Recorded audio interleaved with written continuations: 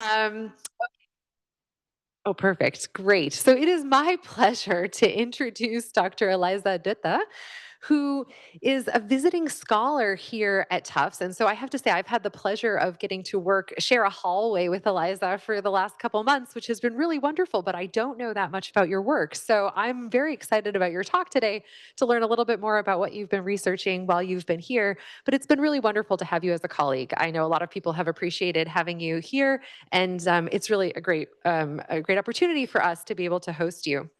And so um, Eliza comes to us from the Indian Institute of Public Health in India, and she's trained in epidemiology. She's been doing public health research since 2009, focused on women's cancers, environmental exposures, and evidence-based policy.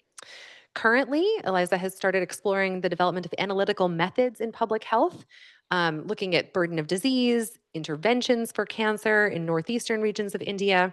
And what I think is really exciting about at least this talk is that you have a passion for looking at the stories behind data. I know many of us share that excitement and we talk about it a lot in our classes. And so it will be really interesting to hear from you not only about your research and your data, but then how that might inform public health and policy from research, which I know all of us share an interest in. So without further ado, thank you and over to you. And please, those online, if you want to just hold your questions till the end, because we won't be able to really monitor them very easily, but we'll have plenty of time for discussion and questions. So please do have questions, just wait for the right moment to ask them. There you go. Thank you.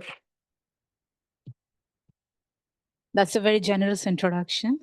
So I'll start. Why women develop gallbladder cancers? And so it's probably not much of a problem in this part of the world, but where I come from, it's an issue. And there are some other pockets, as you can see, say in Chile, Japan, Poland, there are some sporadic pockets where it's a problem. And the problem is it has a very poor survival because of silent metastasis. So there is an asymptomatic presentation. So 5-year survival, at least in India, it doesn't exist. And even if it didn't exist theoretically, it is less than 20%. So it's a problem. It's a gender-biased cancer, despite being not a reproductive cancer. Somehow it affects women more than men. As you can see in this slide, it's almost 2:1. We have been reading in the medical textbook, we call the 4 Fs. So basically it is age, being women, obesity, multiparity, usually more than 3 children. So that's the problem. But however, it doesn't explain this phenomena that we call the geographically bias. If you look at the data from the PBCs, the population-based cancer registries across the country, most of these are aggregated in certain geographical region in India. That is, and if we map it further, it is the Indo-Gangetic belt. We call it the Ganga, Meghna, Brahmaputra belt, starting with, it's a sub-Himalayan terrain, starting from Punjab and goes to Bangladesh, Assam, Northeast India, and the whole area. And we have ample evidences that actually proves that the risk of GBC amongst those who are born in this place is like 5 times higher than the rest of the country. And what is like fascinating, not fascinating, it is sad that even when people migrate down south or migrate out of the country, this doesn't change. It stays. 1.36 is a high risk. So it's not only in India, even if we look into other places like Chile, which is one of the high burden country for gallbladder cancer, South Korea, we still see this aggregation, as you can see in this slide. Like the inlands, the Busan area, the southern, basically the delta region of the river. So why women at certain locations are at an increased risk of gallbladder cancer? There are certain hypotheses. One is the early life exposures to the environmental factors, because we have seen a clear dose exposure relationship. That is, the longer you stay in a region, the higher you get the risk. Could be genetic associations, because there are inflammatory pathways associated, there are hepatobiliary pathways associated, and that that doesn't change, and the heritability, that is the penetrability of these genes are next to BRCA, that is breast cancer genes. So genetic component is strong. Or could be there is a gene environmental interaction. So let's look into it from the clues. So first I conducted a systematic review, and these were the two findings that I found from whatever was available literature in India. It was basically lack of zinc and drinking water from hand pump, which is again correlated to arsenic. But this was still not explaining it to what I was looking for. I was actually trying to find out if these factors, if I can identify any factor that can predict the risk of gallbladder cancer in women. So went to the second step, conducted a case control study in these two regions, Punjab and Assam. Assam is the high burden, and we chose Punjab because it's outside the GBM belt, but it's still a high burden area. This is a summary of 1,300 people, and we found this in the first step of analysis when we conduct the usual stratified analysis. I can see Anna smiling. Okay. So these were, it's too high for me. So these were certain the factors, example, and these are very expected. Like the woman was involved in farming, she was using pesticides, she was not aware of pesticides issues, she didn't have enough knowledge on the route of absorption, which is skin, whereas she knew that if it is like through drinking water ingestion, there is a problem. She was not washing clothes after handling pesticides, the usual ones. The perception of harmful effects was low. She was spending more than 8 hours in the field, so the usual ones. And the genetic component also we saw, that is in the MMP gene. This is a gene in the inflammatory pathway that leads to the prolific dysplasia of the gallbladder, was also associated. So the next question comes, are we able to predict the risk? Can these factors be used as prediction? We saw the distribution clearly, but when we are running the interactions, we are not finding the associations. One problem could be it's a rare cancer. So I really don't have like 10,000 cases. That's the data issue. But what do we do about it? So I thought let's move again and let's do the Bayesian network modeling, because that can be used to predict. And there are two approaches. One is data driven. This was the result. So went to the next part. So we did a hybrid approach. First, we thought let's clean up the ontology of the disease. Let's like relook what are the factors that are actually contributing, what is the available evidence, what are the causal plausibilities, and then superimpose that to the model instead of having that the fun that is going on there. So relooked at the literature. This was done manually. No rocket science, but this was fun. So we basically created the classes and subclasses, and so basically you can see here.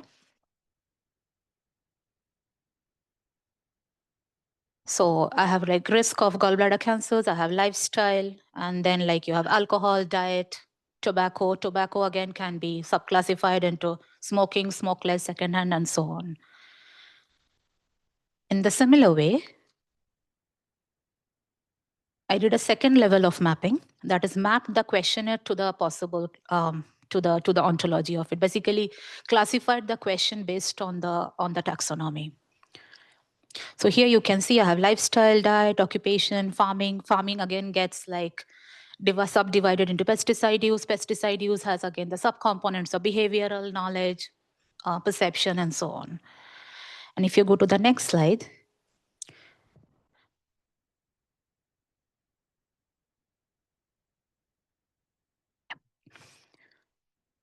you can actually see here, it's a little better, yeah.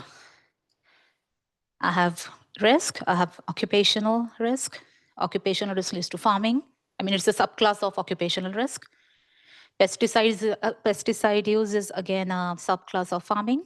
It has 3 subclasses again, knowledge, perception, behavior. And this behavior includes factors like hand washing, using PPE, safe storage, safe disposal, re-entry of field. There is usually a safe period. using like not using the containers. Hi. Not recycling the containers. Usually we Indians are very recycle everything. And to the point that the things in the kitchen have an identity crisis. So, so pesticides are also, containers are also used. So should not be, but it's just one of the factors. Okay. Now you see these weird colored lines. I'm sorry I could not change the colors, but the yellow ones are the risk. The middle one, I don't know what is the name of the color. Let's call it rusty yellow. That is like modifier. They can change. Very strangely, the red ones came as protective. So they were actually protecting. Example here, if you can see. Like eating fruits and vegetables, drinking milk, they are usually protective of gallbladder cancers. But interestingly, it doesn't stop here. There are more. So you can see there is education, which is usually a socio-demographic factor, but it also affects lifestyle and, okay, I'll come to that. And it also affects the knowledge regarding pesticides. That is where the ontology comes in. That's where the relationship between two variables come in. And also very interestingly, although a woman is there, she is under the socio-demographic factor, but she is married. Her husband is in farming occupation, and that's how she enters the realm of pesticide exposure. So that is her route of entry to that group of data. It's not always linear. It can be like U-shaped. I don't know, data scientists can tell me better. Example, especially the food items. Milk, it's actually protective, but it can lead to lactose intolerance, and again, like too much lactose intolerance can lead to hyperacidity, and that can again lead to inflammation. So little is fine, not too much is good. So, so similarly, there are other factors in the questionnaire too. Here I'm focusing on the pesticides and the agricultural behavior and associated factors, because I think we all can relate here more. But just to make a point about reproduction is also like nulliparity is also a problem. Multiparity is also a problem. Because when we are making policies for the people, we cannot just say, oh, having children is bad. No, but then what about breast cancer? So it's always like you have to make a choice. So coming to the next one. So while doing the Bayesian, yes, this didn't happen. This was my aspiration, but this was the reality. So I tried imputing. Of course, we'll be talking more about this during our data event on 24th. Please come. And so these are the two graphs for both sexes and for females only, where we are trying to identify the predictors for gallbladder cancers. And here you can see education, age, which makes sense. Like these are the usual predictor for any cancers. But what is interesting is behavior was affecting knowledge. So something was going wrong. Ontologically, that is not possible, right? So we did an ontological correction and ran the model again. Now it's a different model, but it's much more correct, closer to correctness. I hope I'm correct there.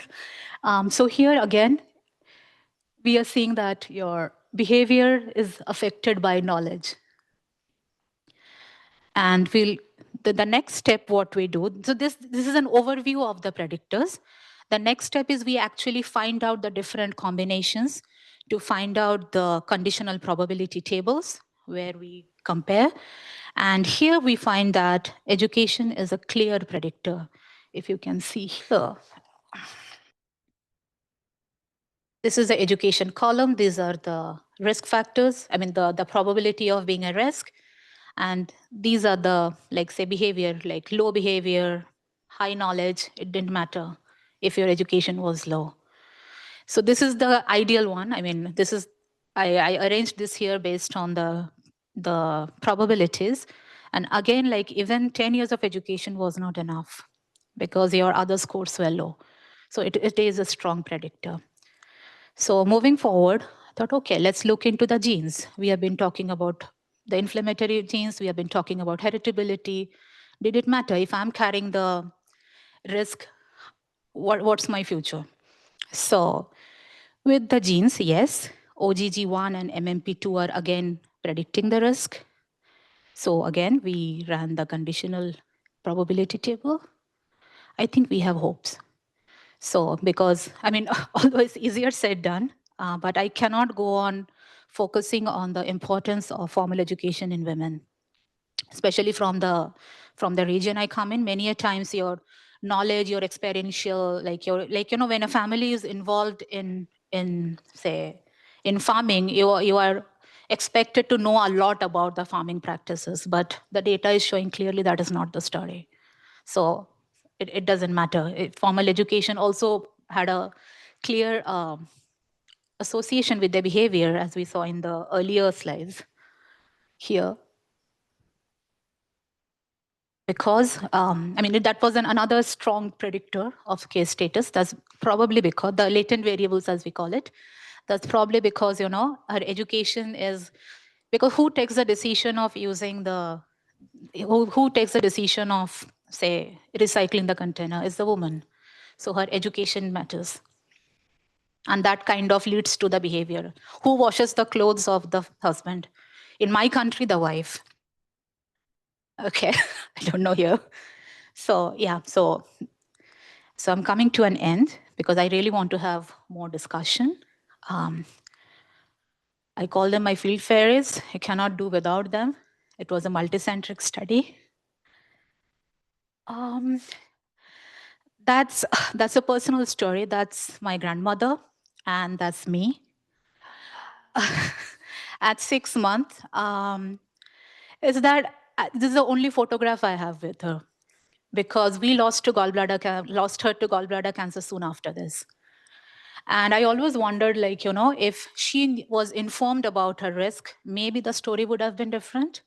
At least, probably she could have made some informed choices about her own health. So that's the motivation. That's what keeps me going. Thank you so much. Namaste.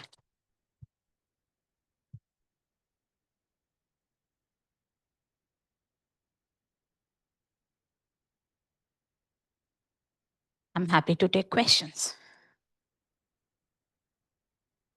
I don't know.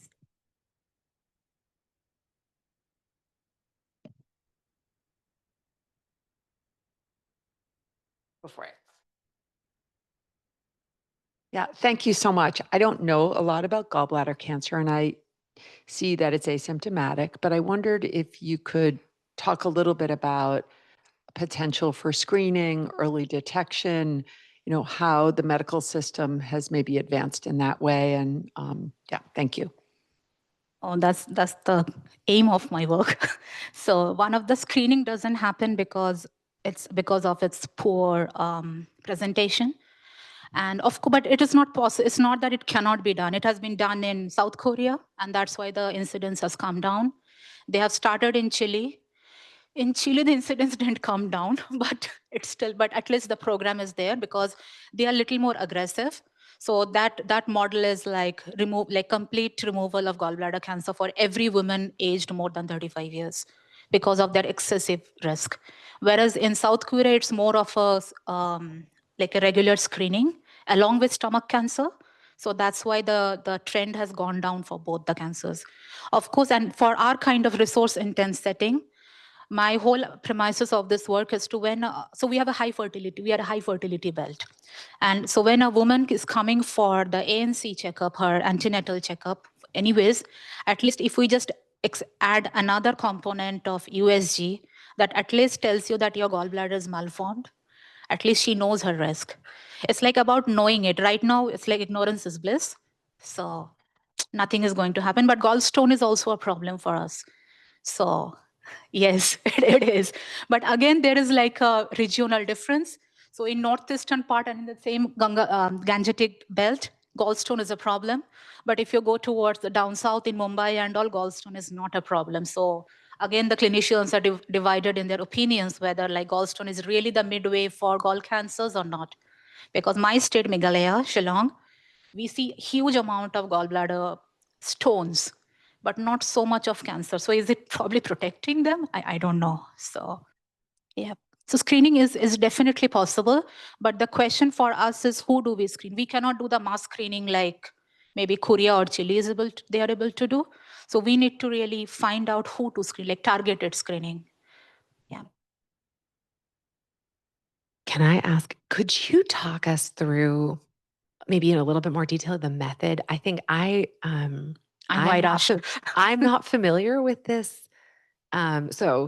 You've got the Bayesian inference, but then what does it mean to do the ontological correction? I don't know if you could just maybe walk us through from a methodological point of view, how would you teach this? Because it seems the result seems very useful for maybe a lot of our work, but I'm not so familiar with it. I don't know if other people are. Yeah. Oh, perfect. So this has a lot to do with this slide. So when we actually run there are two steps. First is to handle the missing data, because the Bayesian model is actually the Jerry mouse. It needs the step to land on to find out what exactly is the predictor. But our data is hardly like that. We have too much holes. So what do we do because of the missing values? So one of the options that I did is to impute the data based on the means. But I know ideally, like people do multiple imputation, but I could not do that.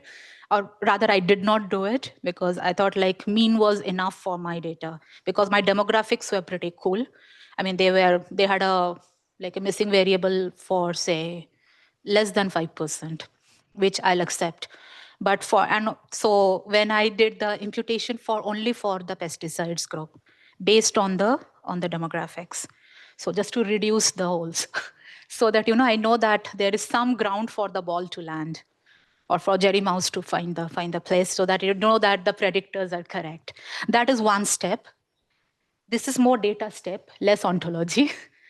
The ontological step is here. I don't know which side it's going, sorry.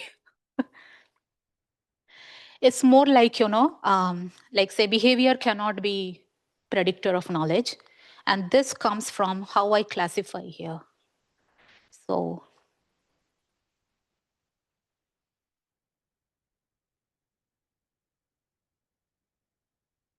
behavior can be affected, like knowledge can be affected by education. And then knowledge will affect behavior. So this is the classification that is done, the subclass. It's not the other way around. Like behavior doesn't decide how much educated you are. So that logic is ontological correction. I see. So you basically tell the model, Yeah, you may not. Yes, you should not do this. You force it. And the method that I used is called whitelisting. So we can blacklist and whitelist. So we whitelist the thing that this is correct. The other way is not correct. I hope I'm right.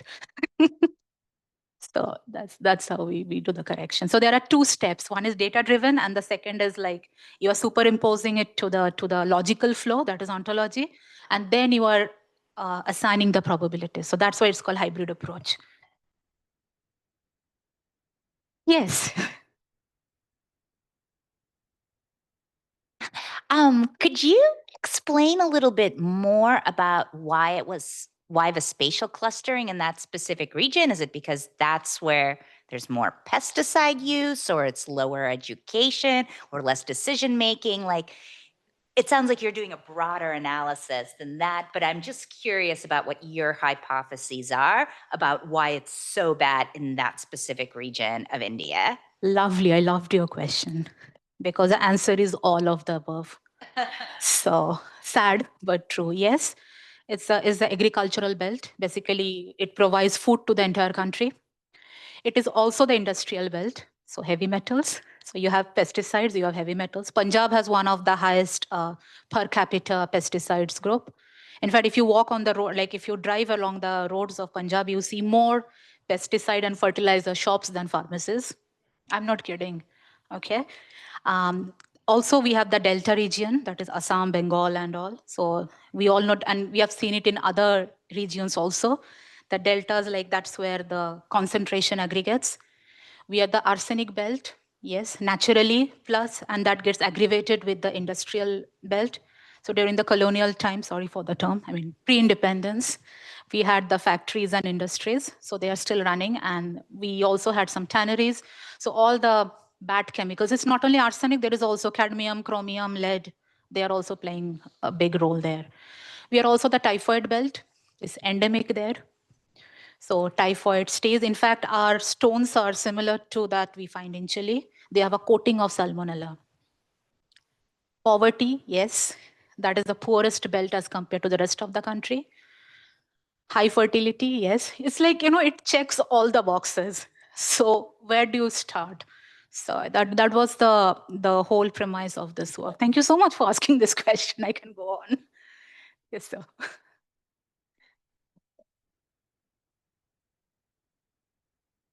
Thank you for your talk. Is there something about the pesticides that has been implicated, such as they belong to a class that has hepatic metabolism and biliary excretion, so there's direct exposure to the gallbladder? So it's coming back to the story of DDT. So when we make policies, it's so difficult. So we have been endemic for malaria also. So DDT spraying was rampant. In fact, the success of the vector control program was measured with the number of insecticide-infested bed nets were supplied. And also the indicator was, are you using bed nets, which is of course given like infested with the insecticides, pesticides. And the answer is yes. So it was like a very successful program. So it's always there. And now actually the malaria incidence has come down, at least in Northeast, but we are the hotspot for cancer. And it's not only the pesticides, we also have the other socio-cultural factors, like we are a tobacco belt. Tobacco is not a stigma for us. We were just having a chat. If it's like, if you visit to my place, maybe not me, but maybe you will be given a betel leaf and some betel nut. We call supari, pan supari. And probably if you're my friend, I'll give you some tobacco too. Smoking is not a stigma. It's friends. So tobacco is there. Local alcohol, again, that is where the U-shaped, what do you call the association comes. Little is good as because it's probiotic culturally. Especially the northeast of India is very lactose intolerant. So the probiotics come from the fermented food, but too much is a problem. So, but coming to pesticides, it's a mixed thing. As a country of 1.5 billion, I'm not supporting the government, but the thing is, we still haven't been able to find out efficient organic methods to do to do away with pesticides yet. I mean, I don't know even anybody will listen to us, but we keep on trying because only the small states like Sikkim, some places in Nagaland, again in the northeast, they are claiming to be organic, but then the population is very small as compared to the rest of the country. But if I take this to Punjab government, who has the highest pesticide usage, I really don't know. And plus we have our other competitors from malaria and other. So I really don't know, sir. I don't have an answer for you. Well, then can I ask a follow-up? So based on your mapping and based on the policies that you think are feasible, what do you think, where would you put effort? Like looking at this map, there are all sorts of different associated factors. What do you think is the best place to spend time to then try to reduce the incidence of the cancer? I've been working on two things. One is like the education, knowledge, the awareness part of it, the classical public health behavioral changes, that it is important to know your risk. And the other thing that I can do only with evidence is to actually come up with a screening program. But for that, again, more evidence is needed. I think I need another grant for that. But because there is no really evidence to show that if this model will, because I need to test this model now. This is done, but somebody needs to actually find out that yes, it is working in the actual field. So I need to get it tested, or at least get some data and find it to provide concrete evidence to the policymakers, so that it actually rolled out as a problem. I need to do at least a pilot testing. So.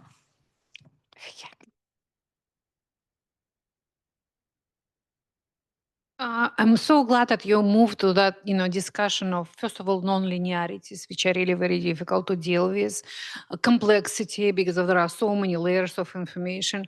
And like hearing whenever we have identified as a complex and non-linear and very challenging, multi-generational, spread and localized resources, if, for example, you had a chance for a grant and you know that you cannot cover anything, or everything together, how you will set up priorities? Like what would be in the priority list? What kind of topics you will choose, where you will see maybe you can move faster to the implementation stage or deeper into understanding? I'll start with arsenic and food because that is the first thing that can be changed. And second will be, so it could be a bi-pronged. One will be the arsenic food, that side, because heavy metals people understand, and it is easier to convince people to work against heavy metals as compared to pesticides, because food is a major problem. It's like, and also traditionally, like as we have always been discussing, there are some cooking practices that actually helps us. Maybe that's why we are surviving. We wash our rice to the to the extent so much that the thiamine is lost. So we have a thiamine deficiency in the gallbladder cancer group too. So I don't know whether it is a traditional way to survive against the disease. So I will definitely target the heavy metals because that is like strictly no for anybody. That is easier to put across. Diet, yes, because smoky food, fermented food, little is good, too much is bad. So where do you cut the line? And how we do it is like the knowledge thing, but also in the knowledge also, I don't want to do it like the top-down approach. It doesn't work anymore. So more of participatory learning. We are actually doing a small project with using our self-help group women who are telling us how to reduce tobacco cancers using their own. They are creating skits and creating material. That's amazing actually. So that is one. But the most important is the importance of education, the formal education. Send your daughters to school, beti padhao, please. We laugh at it, like, because we are privileged. I'm privileged, but it is not what it is. So, and the data just showed me that. And the age group of, you saw one line, education had an effect on age group. That clearly shows the older generation was slightly less educated, but they are not as old as we think, because the mean age was like 42 to 47. So that was my group. So they are not that old, little elder to me. Scary, right? And they have only 10 years of education. So, yeah. Thank you.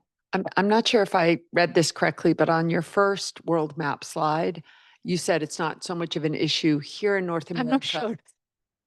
I think you said it's not so much of an issue in North America, except did you have in the Native American population? Yes. Yeah, that's what I thought. New Mexico. Yes. Could Yes. you talk a little bit more about that? What we know in, is it it's a certain region, New Mexico, and just what we know from US data on gallbladder cancer in that population? Yeah, I thought I saw that. New Mexico. Okay. Yeah, great. so it is those, the Native Americans from the Mapuche. So that ethnicity, there is a strong correlation with high gallbladder cancer cases. And that's why they are also in the inland of Chile and Bolivia, that region where they inhabit. So this is again very similar to ours. We are also seeing, like, although we don't have that ethnic groups like the Americans, our ethnicity is a little mixed, but the genetic component is definitely there. And even in the Bayesian model, we actually saw like MMP2 and OGG1, which are very typical of inflammatory genes, they were affected. And we had a GWAS done very recently. So there also the hepatobiliary SNPs are also associated with the Indian population, which is similar to Chinese rather. I'm not sure, it's not seen in the Chilean population. So it's like different ethnicity, different SNPs. So there are some 12 SNPs in inflammatory, 4 in hepatobiliary, and there are some around 21 candidate SNPs that are associated with gallbladder cancer, and every group has a different SNPs that is working against them. So we are a little similar, like India, Japan, like that region is little similar. So, but it's and this I don't know what is the right pronunciation. Somebody help me there. Mapuche, the ethnic groups from Chile. Okay, thank you. So they are also at risk like us. Okay.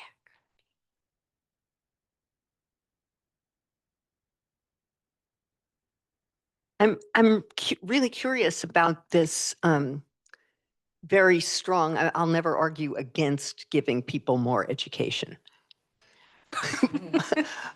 But but the link between education, I'm wondering what you looked at with respect to who are the people with more education. These are women with more education, right? So what are their characteristics, and do they have any hint of what biological pathway might there be? Oh, I love this. It's the latent variables. It's like usually what happens. We had so when we see residents, so the subclasses in residents were like residents next to an agricultural field, residents next to an industry. So these plots are the cheapest plots, right? I mean, of course, if I'm staying next behind a factory, that is the cheapest place I could afford. Or maybe it is a slum house. It's not even a formal place. Now, who is at a higher probability of living in that house? A woman who is not educated because she could not marry a rich husband. It doesn't work back home. You have to be educated to marry a rich man. So, that's so sad, but it is what it is. So she could not do that. She married the poorest in the society, and she gets dragged into that right-hand side of the ontology that I was showing. So by these farmers, I don't mean the rich farmers who own the tractors and those romanticized in the Bollywood. No, I would love them. But the point is, it is the farm laborers who are working, like who are handling it with their bare hands. I was looking at the PPE yesterday. It was only the mask. Not the handkerchief. And I know what they meant by handkerchief. It is like in our language, we call dupatta. It is a small scarf.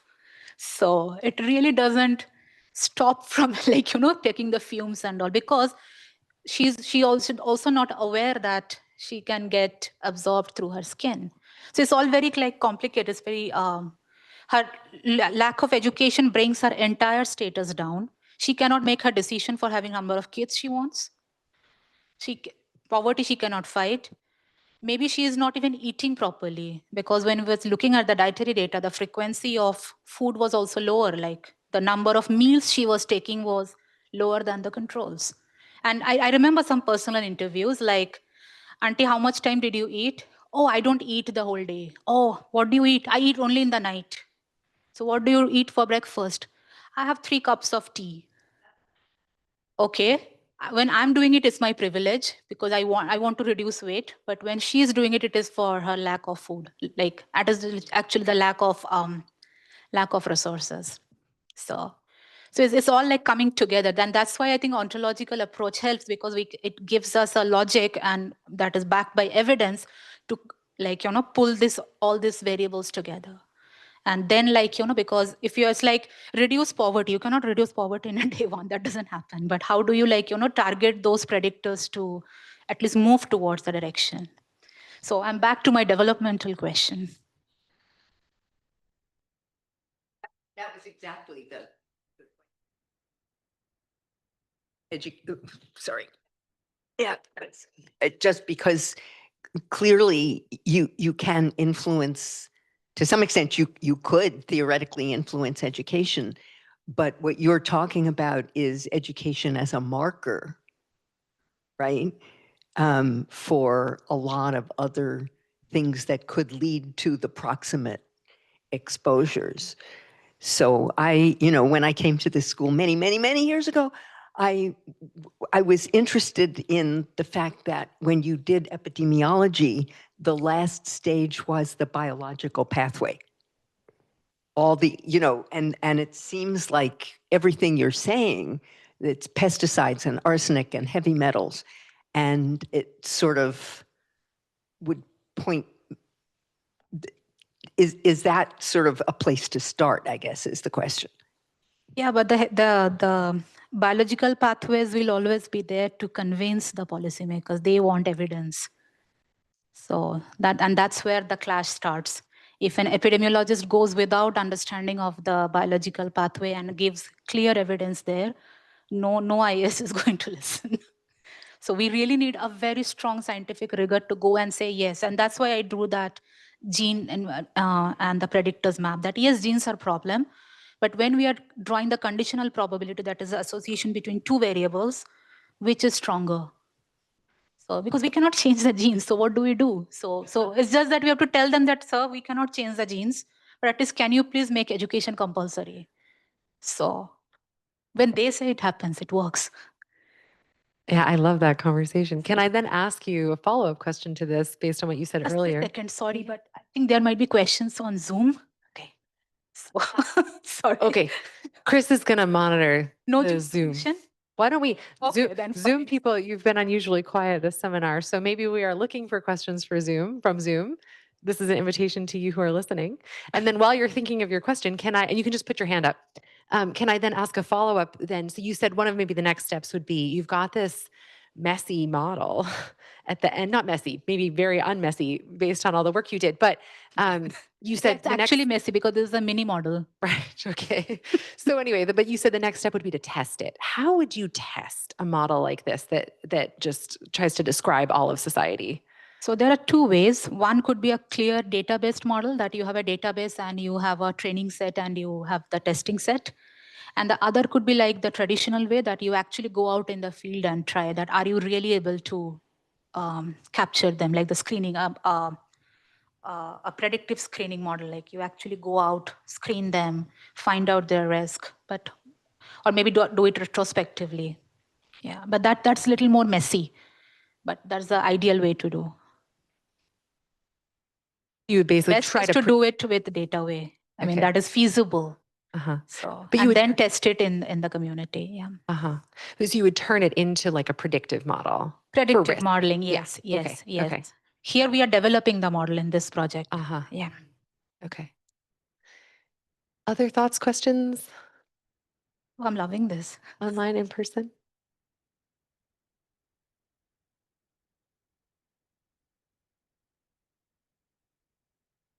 Yes. Like you went through such a wonderful, remarkable journey, trying to link together the existing survey, the data sets which are coming from so many different fields and directions and discipline. Like, what do you think are the main message, especially if we want to build these interdisciplinary groups, working with a different type of methods and methodologies, and at the same time trying to understand each other? Because if everyone speaks different languages, when it's a different disciplinary settings, but in the same time, you're sort of like leading to the one common goals.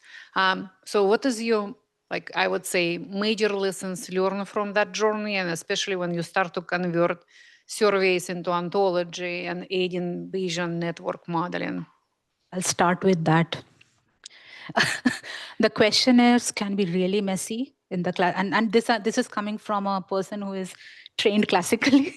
Our questionnaires are really messy. We don't think about the analysis when we develop the questionnaire. We try to put everything in the questionnaire to think, oh, this is important. Yes, it is important, but how do you analyze it? And that's why the most of the studies, when we see almost like 10 to 20% of the variables really do not provide any important outcome.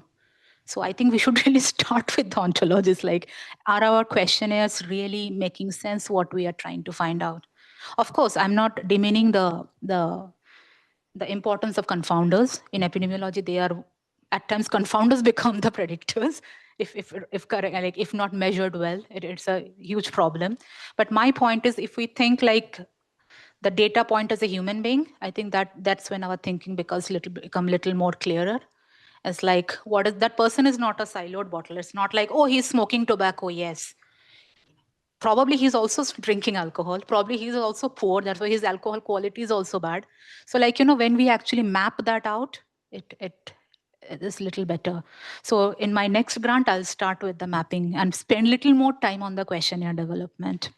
And I'll be very honest, we really don't spend as much as time on the development of questionnaire as we should. Because there are standard ones available, standardized ones available for most of us.